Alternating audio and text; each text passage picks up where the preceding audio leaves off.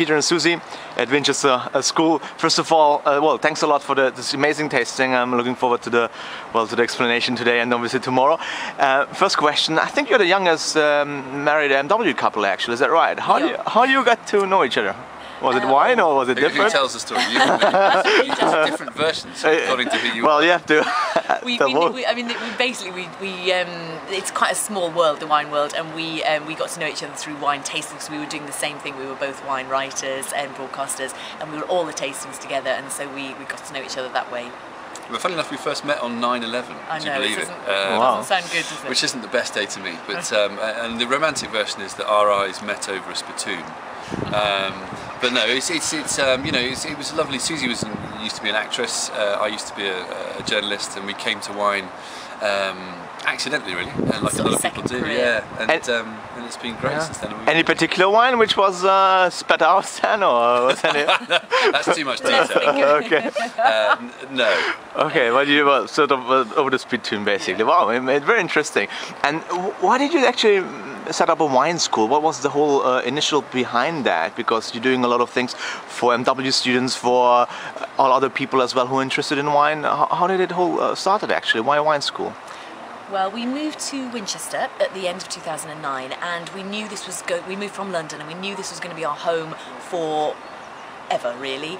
And what we wanted to do was to do what we love, and we love teaching people about wine, talking about wine, enthusing people about wine. Not teaching, maybe enthusing is a better word. And we thought the best way to do that and to get to know the people who live in Winchester, in and around Winchester, was to start our own wine school, and we did, and it's been fantastic. So we do courses for just general punters who want to know more about wine, right through to MW students who are very, very knowledgeable. And it's good because we do, in our profession, you have to do a lot of different things to make it work, to be viable.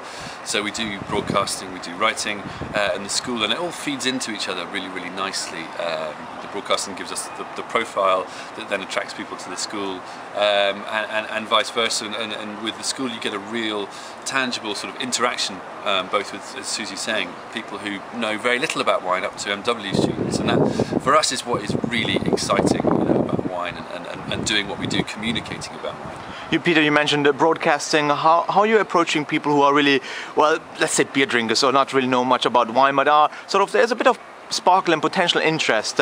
Obviously, it's very interesting, important and interesting as well. But how do you approach people through the TV, through the lenses, when you don't really have always this sort of interaction like in a classroom? Absolutely, you have to recognise and realise that most people approach wine as a very simple, everyday beverage, and it's very important that we're not patronising in any way.